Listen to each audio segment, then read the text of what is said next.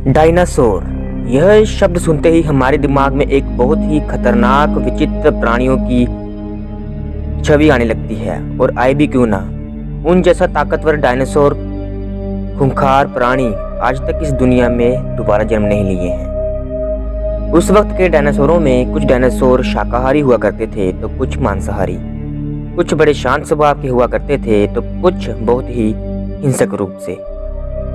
लेकिन आज की इस वीडियो में हम एक ही फैमिली के दो थेरोपोड मांसाहारी डायनासोर अल्बर्टोसोरस और टीरेक्स के बीच में एक छोटा सा कंपैरिजन करेंगे कि कौन इन दोनों में से सबसे शक्तिशाली है, यानी कि अगर इन दोनों की लड़ाई होगी तो इन दोनों में से कौन जीतेगा।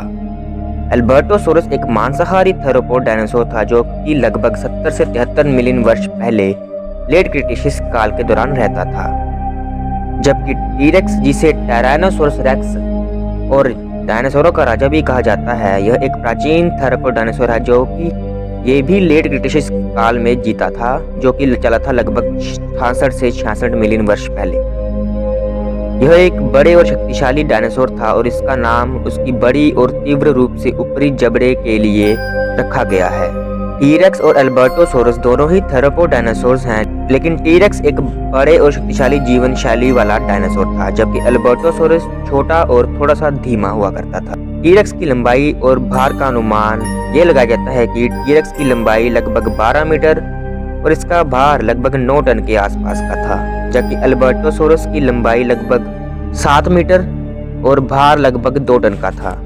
टीरेक्स के लंबे और मजबूत जबड़े, तीव्र दांत और शक्तिशाली पैरों के साथ यह इसे एक प्रभावी शिकारी बनाते हैं, जबकि अल्बर्टोसोरस का मुख भी तीक्ष्ण था, यानी कि अल्बर्टोसोरस का चेहरा और उसकी जो बॉडी की बनावट थी वो भी टीरेक्स की जैसी थी, लेकिन उसके संकीर्ण आकार के कारण वे टीरेक्स के सामने प्रभावी नहीं था। लेकिन उसके छोटे और कम्प्लेक्स आकार के कारण वह टीरेक्स के सामने ज्यादा अपना प्रभाव नहीं छोड़ पाता था।